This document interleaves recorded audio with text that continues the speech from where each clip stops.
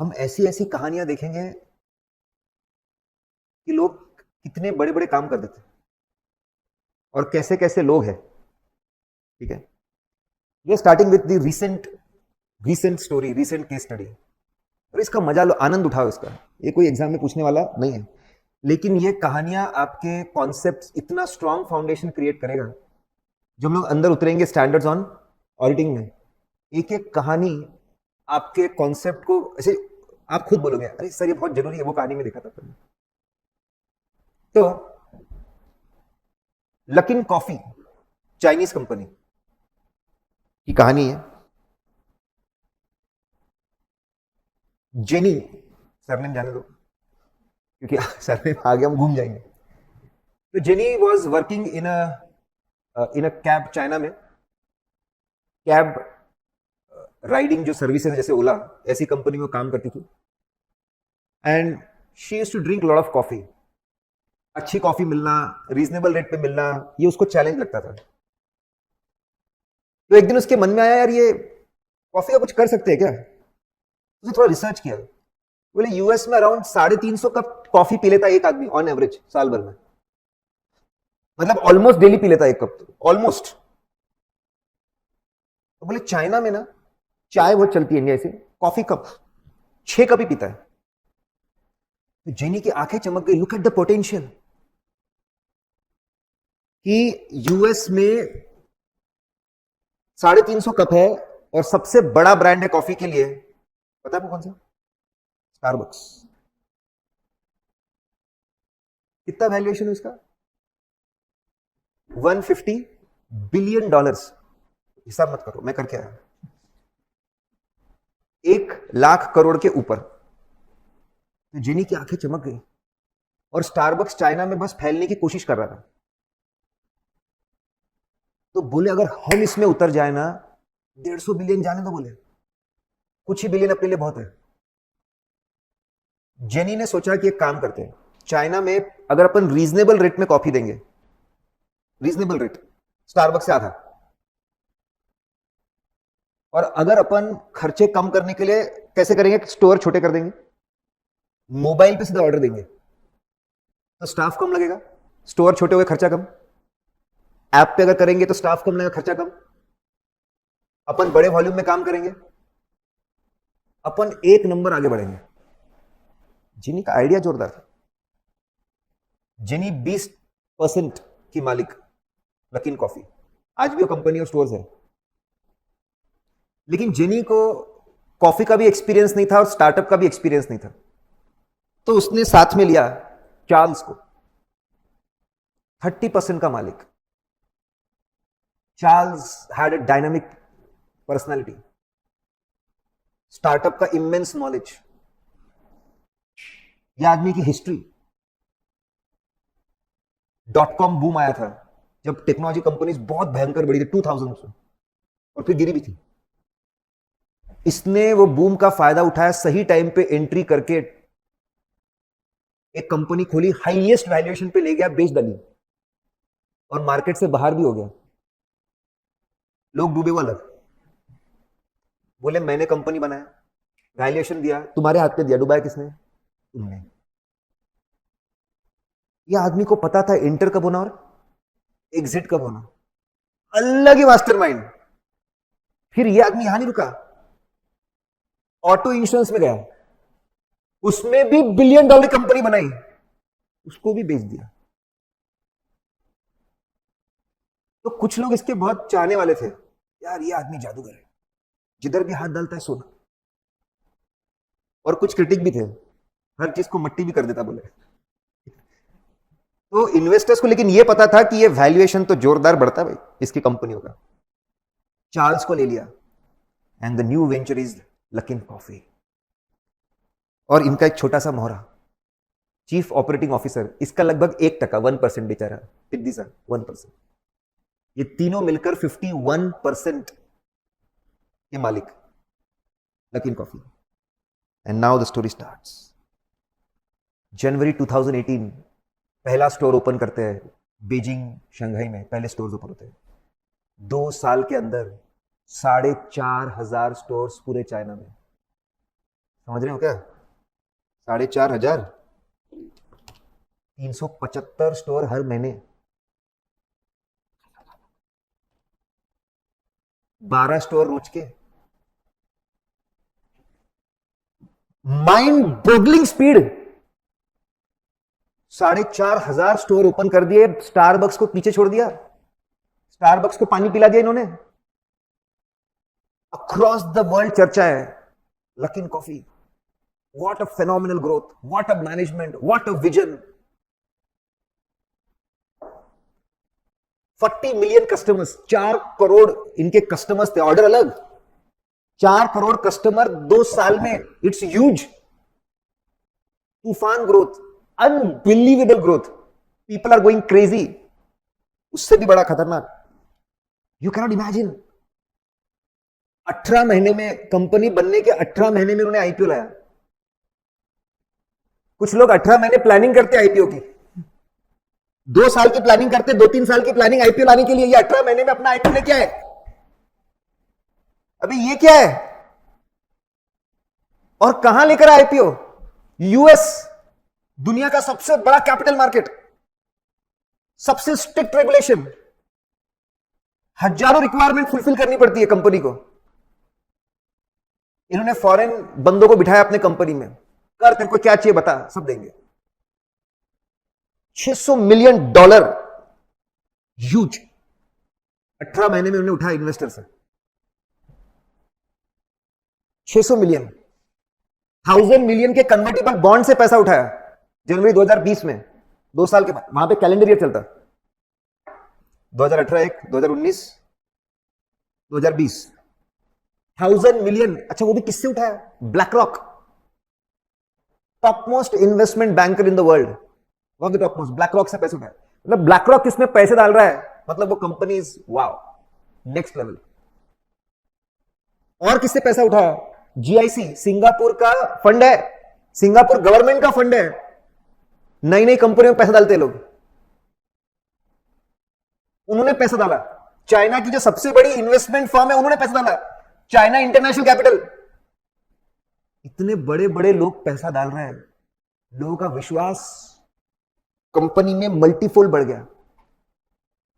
Look at the valuation. जुलाई 2018 में company बनने के बाद $1 मिलियन का, 1 मिलियन का वैल्यूएशन था। 2019 में 18 महीने में वैल्यूएशन बढ़ गया 3.9 बिलियन।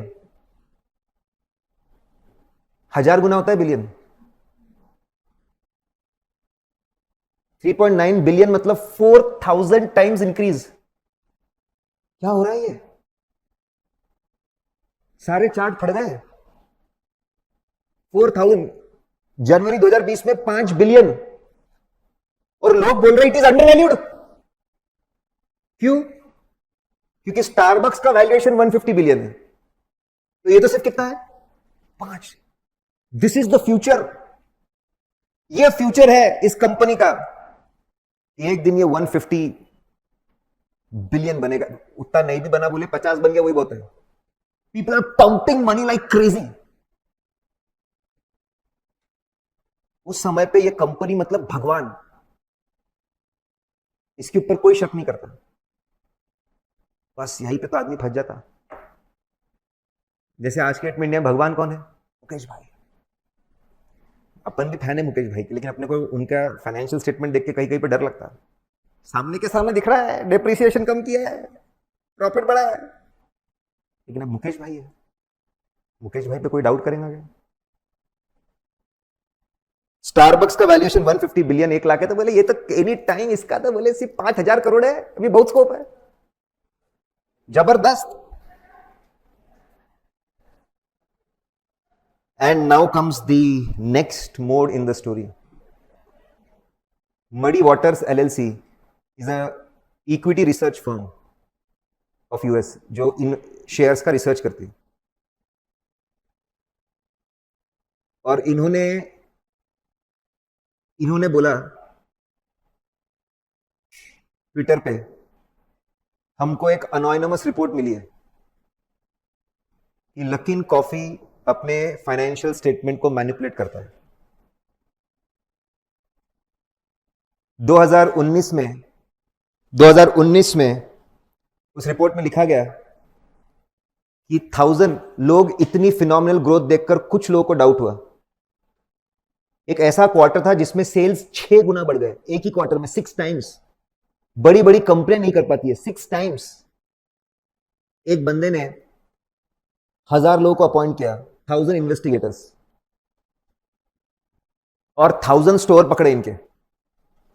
उनको बोला, एक हफ्ता तुम्हारा काम क्या है? पैसे हम देंगे, क्योंकि हम पैसे बनाएंगे भी बहुत। सिर्फ ये काउंट करना कि हर दिन अलग अलग दिन कितने लोग कॉफी शॉप में गए। काउंटर रहता ना, बैठा रहा इधर, तू भी कॉफी पी। फिर इन्होंने बहुत सारे कस्टमर से बिल लिए कि कितना तुम लोगों ने कितने रुपए की कॉफी पी, पूछा। तो इनको समझ में आ गया हर स्टोर पे ऑन एन एवरेज कितना बिलिंग हो रहा हफ्ते भर का। फिर उन्हें अंदाजा लगाया पूरे महीने का और पूरे क्वार्टर का। Shocking results. सेल्स सिर्फ उनका रिपोर्ट के हिसाब से जून 2019 का जो क्वार्टर खत्म हुआ, 69% सेल्स आर फेक। रियलिटी से मैच नहीं हो रहा है। दिसंबर quarter 88% of the sales are fake. Report research के साथ बाहर आई। मडी वाटर्स ने जम के पैसा कमाया, जम के पैसा, माला माल। शेयर मार्केट में पैसा कमाने के 2 तरीके। पहला, शेयर को सस्ते में खरीदो और महंगे में बेचो। 10 में खरीद, 100 में बेच। कितने रुपए प्रॉफिट है? 90। दूसरा, 100 में बेच, 10 में खरीद। ऐसा भी होता है, शॉर्ट सेलिंग बोलते हैं उसको। शॉर्ट सेलिंग, पहले बेच, सुबह बेचा 100 रुपए में, 100 रुपए आ गए। शाम को खरीदा 10 रुपए में, कितने रुपए का प्रॉफिट है? 90। इंडिया में आज के डेट में स्टॉक एक्सचेंज सिर्फ इंट्राडे शॉर्ट सेलिंग अलाउ करता है। इंट्राडे मतलब एक दिन। और अगर आप और भी कॉन्सेप्ट यूज करो, शेयर्स बोरो करके काम करो, किसी के शेयर्स बोरो करके काम करो, तो आप मल्टी डे शॉर्ट सेलिंग भी खेल सकते हो। बाद में समझेगा, अभी सिर्फ इतना समझो, 2 तरीके। मडी वाटर ने रिपोर्ट लाया मार्केट में, जम के माल बेचा। उसकी रिपोर्ट देखकर सब बोले यार तो सही बोल रहा है। 97% खत्म, बिलियंस ऑफ डॉलर का वैल्यूएशन खत्म। मडी वाटर ने तो जम के पैसा कमाया, जम के। It's a deadly combination, equity research and short selling. मतलब इक्विटी रिसर्च एंड बाय भी एक कॉम्बिनेशन है, उससे भी डेडली है। Equity research and short selling, जम के पैसा कमाया। But investors lost loads, billions of dollar. 600 million तो इन्वेस्टर का गया, 1000 मिलियन तो ये सब कन्वर्टिबल बॉन्ड का उसका गया, और न जाने कितने कितने ज्यादा लॉसेस लोग के हुए। बैंकर्स ने और पैसा देता वो अलग। That was accounting fraud. और कोई कुछ भी बोले, it is written on the wall, it was a audit failure also. And that's why it's so important आज के डेट में कि आप अच्छे से ऑडिट करें, ऑडिट के इंपॉर्टेंस को समझे, लोगों को समझे, सिचुएशन को समझे, और बहुत बेहतरीन ऑडिट करें। और ऐसे इतने केसेस है, उनसे इंस्पायर होके बने हमारे स्टैंडर्ड्स ऑन ऑडिटिंग। जब ये केसेस समझ जाओगे तो उसका इंपॉर्टेंस अपने आप आपको आ जाएगा। अच्छा सर मुझे पता है ऐसा क्यों लिखा है, क्योंकि देखा है वो कहानी में ऐसा हुआ था। Fake sales. मजा लो इस स्टोरी का। इस स्टोरी से हम इतना सीखेंगे, इतना समझेंगे, करेक्ट, कि आज के क्लास का पैसा तो वसूल, रोज वसूल होना चाहिए। फेक सेल्स कैसे थे इनके कॉफी बेचने के 2 तरीके थे। और इतना माहौल, जो लोग मॉडस ऑपरेंडी है फ्रॉड की, बेचने के 2 तरीके थे। या तो कस्टमर डायरेक्ट इनके ऐप पे आए और डिजिटल पेमेंट कर दे। इंडिया में चलता है पेटीएम और सब कुछ, तो वहां पर भी अली पे और सब कुछ, डिजिटल पेमेंट करो, कॉफी खरीद लो। दूसरा और एक तरीका था, 10 रुपए की कॉफी का कूपन तुम खरीदो 6 रुपए में, कूपन खरीदो। It's like a pre payment. पहले तुम क्या खरीदो बल्क में? कूपन। और कॉफी खरीदते वक्त तुम पैसे नहीं दोगे, क्या दोगे? Coupon code. तो लंकिन कॉफी, हमारी अकाउंटिंग पॉलिसी बोले जब कूपन बेचते उस दिन हम सेल बुक नहीं करते। हमको पता है करना भी नहीं चाहिए, अकाउंट से पढ़ के है ना, when goods and services are given then only you should book revenue, yes 9 yes no। बोले तो बड़ी क्या मतलब ये बताने के लिए कि हम देखो कितने ऑनेस्ट लोग हैं। आप समझ रहे, दो तरीके, पहले क्या हुआ डायरेक्ट पेमेंट, दूसरा क्या खरीदो पहले कूपन, और कूपन से क्या खरीदो कॉफी। लेकिन शायद कूपन में ऐसा था कि अल्टीमेटली कौन खरीद रहा कॉफी ये दिखता नहीं था, सिर्फ क्या दिखता था कूपन, जिसके पास कूपन है ले लो। इन्होंने एक स्कीम, आदमी जब इतना ग्रो, अच्छा आईपीओ में ना जब भी आदमी पैसा उठाता ना किसी से तो बहुत बड़ी बड़ी बातें करता है, ऐसा हो जाएगा वैसा हो जाएगा, पूरी दुनिया जीत लेंगे, बहुत बड़े बड़े प्रोमिसेस। और जब आईपीओ लाता तब भी बड़ी बड़ी बातें करता है, इससे आ जाता उनके ऊपर प्रेशर, अब तो सेल दिखाना ही पड़ेगा, ये तो इन्वेस्टर पकड़ के जूते मारेंगे। उससे भी इंपॉर्टेंट और पैसा नहीं मिलेगा आगे, उससे भी इंपॉर्टेंट वैल्यूएशन बढ़ेगा नहीं, वैल्यूएशन बढ़ेगा नहीं तो हम कैसे और अमीर होंगे। 51% कौन लेके बैठे थे, प्रेशर बहुत था, और सेल उतनी तेजी से नहीं बढ़े जितने बढ़ने चाहिए। बिजनेस मॉडल अभी रिफाइन होने का था, बिजनेस मॉडल में क्या प्रॉब्लम था, प्रॉफिट्स नहीं थे, कॉफी इतने सस्ते में बेच रहे थे कि प्रॉफिट्स नहीं थे, चमक धमक सब कुछ लेकिन प्रॉफिट नहीं अंदर। अभी कैसे करना है, तो इन्होंने अपने एम्प्लॉयज को बोला एक काम करो, तुम ही लोग कूपन खरीदो, तुम तुम्हारे रिश्तेदार दोस्त कूपन खरीदो, तुमको स्पेशल कूपन देंगे, और तुम्हें उससे क्या करो कॉफी, सिस्टम में क्या पंच हो जाएगा सेल, कॉफी देंगे नहीं, सिर्फ सिस्टम में क्या आ जाएगा सेल। तुम्हारे कूपन ही ऐसे है जिसमें सिर्फ सेल बुक होगा, सेल आ जाएगा सिस्टम में, लेकिन एक्चुअल कॉफी तुमको देने वाले नहीं। फिर वो बोले हमारे पैसे तो लग गए ना, तुमको पैसे वापस कर देंगे।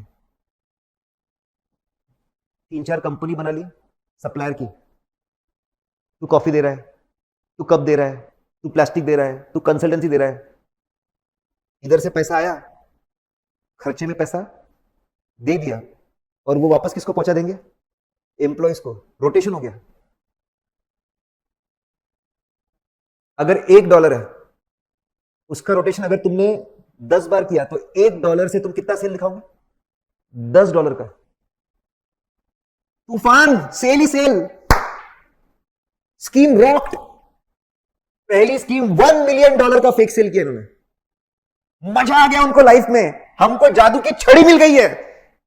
सेल क्या है, हाथ का महल। मतलब तुम समझ रहे हो, स्टार्टअप आप क्या करोगे, कंपनी बनाओ और 5 ऑन पेपर एकदम इंडिपेंडेंट कंपनी दिखाओ जो किसके लिए रहेंगी, सेल, और 5 बनाओ इंडिपेंडेंट किसके लिए, एक्सपेंस। समझ रहे हो क्या, यस नो। ये 5 कंपनियों को सेल करो, पैसा आएगा, ये 5 कंपनियों खर्चा दिखाओ, पैसा जाएगा, और इसको रोटेट मारते रहो, सेल ही सेल, सेल ही सेल। बोलो कितना चाहिए, कितना सेल चाहिए, ग्रोथ ही growth. Luckin Coffee was doing this, बेवकूफ बना रहे थे, सेल ही सेल, तूफान सेल, कितना सेल चाहिए बोलो, और लोग दीवाने हो रहे थे, बावले, oh my God such a growth, they have a vision, they have a future, billions of dollar valuation, billion billion. अच्छा जो डाउट कर, तू बेवकूफ है, ब्लैक रॉक में पैसा लगाया, तू इसको डाउट करेगा, सिंगापुर गवर्नमेंट ने पैसा लगाया, तू इसको डाउट करेगा, स्टॉक मार्केट पागल है क्या, $5 बिलियन का वैल्यूएशन, तू इसको डाउट करेगा, सेल ही सेल। ऐसे होता है प्रैक्टिकल वर्ल्ड में, यही माहौल बनता है एकदम। इन्होंने अपने सेल्स को भी बढ़ाया और अपने एक्सपेंस को भी बढ़ाया, प्रॉफिट थोड़े कम दिख रहे तो we are startup, we are growing, growth करते प्रॉफिट कम रहते हैं। बिजनेस मॉडल रिफाइंड नहीं था, प्रॉफिट जनरेट नहीं कर रहा था। एंड ऑडिटर कौन थे, Ernst and Young, big four audit में number 1 big four, Ernst and Young are the auditors. मतलब आई एम सभी बिग फोर को ले रहा हूं, मैं कोई पीडब्ल्यूसी था तो मैं उसकी तरफ से वैसा नहीं, पीडब्ल्यूसी की अपनी कहानियां बताऊंगा मैं, उनके अपने स्टार्स हैं, सत्यम पीडब्ल्यूसी है, सिटी बैंक का फ्रॉड हुआ था पीडब्ल्यूसी, ग्लोबल ट्रस्ट बैंक डूपी पीडब्ल्यूसी, फकर है हमको हमारे फ्रॉड्स पे। बट मैं आपको बता रहा हूं कैसे लोग बड़े बड़े ऑडिटर्स को चूना लगाते हैं। Ernst and Young were the auditor 2017 financial statement एक नंबर वर्ड यूज करते, true and fair. 2018 true and fair. 2019 में उन्होंने इन्वेस्टमेंट बैंकर्स ने पैसा देने से पहले इनफॉर्मली पूछा, अरे ये कंपनी का ऑडिट करते तुम सब सही है क्या? बहुत बढ़िया बोले। ऑडिटर को इतना बेवकूफ बनाया, रोटेशन कर करके, ऐसा समझ में ही नहीं आया उनको कैसे भी लोग कर गेम कर रहे हैं। क्योंकि ऑडिटर क्या देख रहा था, पैसा आया पैसा आया पैसा आया पैसा आया, मतलब सेल सही है। लेकिन और अंदर घुसना चाहिए था, पैसा कहां से आ रहा है, कौन लोग ला रहे हैं, पैसा कहां जा रहा है। फेल हो गए वो लोग, घुमा दिया कंपनी ने इनको। 2020 में रिपोर्ट आई, ईवा ऑडिटर थे। 2017 बढ़िया, 2018 बढ़िया, 2019 ऑडिट रिपोर्ट कब देते? कुछ महीने बाद। 2019 खत्म हुआ, इमीडिएटली ऑडिट रिपोर्ट रहती क्या? नहीं, चीजें फाइनलाइज होती 2020 में। 2000 जनवरी 2020 में तो आपका आ गया इनका मरी वाटर्स की रिपोर्ट। फिर आंखें खुली ईवाई की। अप्रैल 2020 में बोले हाँ सही है, कुछ उनके सेल्स फेक है बोले। अब तो पहले ही सब खत्म हो गया था और उन्होंने हाथ खड़े कर दिए, हम 2019 की रिपोर्ट ही नहीं देंगे, विड्रॉ, रिजाइन। बोले हमको मैनेजमेंट पे कोई भरोसा नहीं, उनकी कोई बातों पे भरोसा नहीं है, हाथ खड़े करके भाग गए। बोले पगले कुछ भी रिपोर्ट देंगे कल कोर्ट वाले हमारे पीछे पड़ जाएंगे। उन्हें तो हाथ धो लिया। बोले 17-18 में तो फ्रॉड ही नहीं था। फ्रॉड कब हुआ? बोले 2019 में, उसकी तो रिपोर्ट ही नहीं दे रहे हम। तो बुरा हुआ, रिजाइन करके भाग गए ईवाई वाले। लेकिन इस कहानी से बहुत सीखने लायक था कि जब बहुत कॉन्सेंट्रेटेड होल्डिंग हो, बहुत कॉन्सेंट्रेट अगर होल्डिंग रहती है कुछ ही लोगों के पास में और पूरे कंपनी कुछ ही लोग चला रहे हैं, that's a very dangerous situation. फिर वो मनमानी करते हैं, कुछ भी करते हैं, एनीथिंग। और 51% एक इनके पास था। ये जो चार्ल्स था, जो इन्वेस्टर्स का काम किया, पैसा लगा, धंधा समझा, पॉलिसी बना, विजन बना और ऑपरेशंस जैसे हो रहे होने दे। वो घुसता था अकाउंट्स डिपार्टमेंट में, इंटरफियर करता था। क्या जरूरत है? क्योंकि उसको मैनिपुलेशंस करवाने थे। ये इंडिकेटर थे समथिंग इज रॉन्ग। ये क्यों घुस रहा है अकाउंट्स में? अकाउंट्स तो ट्रू एंड फेयर होने चाहिए, जैसा हो रहा है वैसा चले, तू क्यों घुस रहा है? तेरा तो उसमें एक्सपर्टीज भी नहीं है। इतना ज्यादा कॉन्सेंट्रेशन होना, और इनके पास किसी के पास में भी कॉफी का एक्सपीरियंस नहीं है। कॉफी का एक्सपीरियंस किसी के पास में भी नहीं। इन्वॉल्वमेंट, रैपिड ग्रोथ, मैडनेस था ये ग्रोथ। पूरी दुनिया में ऐसी ग्रोथ नहीं दिख रही थी। 2 साल तक भयंकर, 18 महीने में IPO. Business model was weak, they were not making money. All these were indicator that something is wrong. और ऑडिटर ने अपनी आंखें खुली रखनी चाहिए थी और इसको समझना चाहिए था। लेकिन ऑडिटर बह गए ग्लैमर में। अबे वैल्यूएशन इतना हो रहा ना, समझता नहीं के लोगों को, अबे ब्लैक रॉक ने पैसे, ये वो फलाना दिखाना, उनके फेक डॉक्यूमेंट्स, फेक डेटा, सब ऑडिटर बह गए। और मैं आपको बता रहा हूं, आप भी जब उतरोगे ना, सच्ची बात है, मेजोरिटी लोग बह जाते हैं। कुछ ही लोग रहते हैं जो बैठ करके सच्चाई को देख पाते। मैक्सिमम लोग तो सिर्फ बहने रहते हैं। एक ने हाँ बोला, हाँ, दूसरे ने बोला हाँ, अपन भी हाँ। सो आज के डेट में, and this is recent 2000, US fraud है भाई साहब। मेरे को तो काटे आते एकदम। यूएस में ये हो रहा है, इंडिया में क्या क्या हो रहा होगा। इंडिया में तो भाई साहब फाइनेंशियल स्टेटमेंट में देखता हूँ लिस्टेड कंपनी के, तो मेरे को ऐसी डर लगता रहता है कि भाई ये हो सकता है कि ऐसा। मैं तो मान के चलता हूँ जितना दिख रहा है प्रॉफिट, उसमें से 20-30% तो पहले ही ठीक है, 20-30% ऑन एवरेज। और कुछ कुछ कंपनी ऐसी है सिर्फ पेपर पिच है, सब कुछ ही भेगे अंदर। और कुछ कुछ झोल चाप सीए रहते हैं, फाइनेंशियल स्टेटमेंट की ट्रू एंड फेयर व्यू। उनके सामने सीधा फाइनेंस कुछ भी नहीं करते, साइन स्टैम्प, पैसे देते। इतने झोल। और मार्केट में कंपनी बैलेंस शीट घूमती है, एक साइन का 2 लाख रुपया, एक साइन का 3 लाख रुपया। मतलब समझ जाना वो साइन में क्या है। और कुछ सीए है, ठीक है ना, और बैठे बैठे पैसे मिल रहे एक साइन मारने के, 5 पैसे की इंक भी नहीं जा रही बोले, और 5 लाख रुपए मिल रहे हैं। अब भी ले। मुझे उम्मीद है कि आप ऐसे सीए नहीं बनोगे, because they have short term उनके रातों की नींद सब चले जाना है। और अब यहाँ पर भी ऐसे चार्ट अकाउंटेंट्स की धुलाई गवर्नमेंट वगैरह सब लोग कर रहे हैं। So that was story just to enlighten what is the importance of the audit.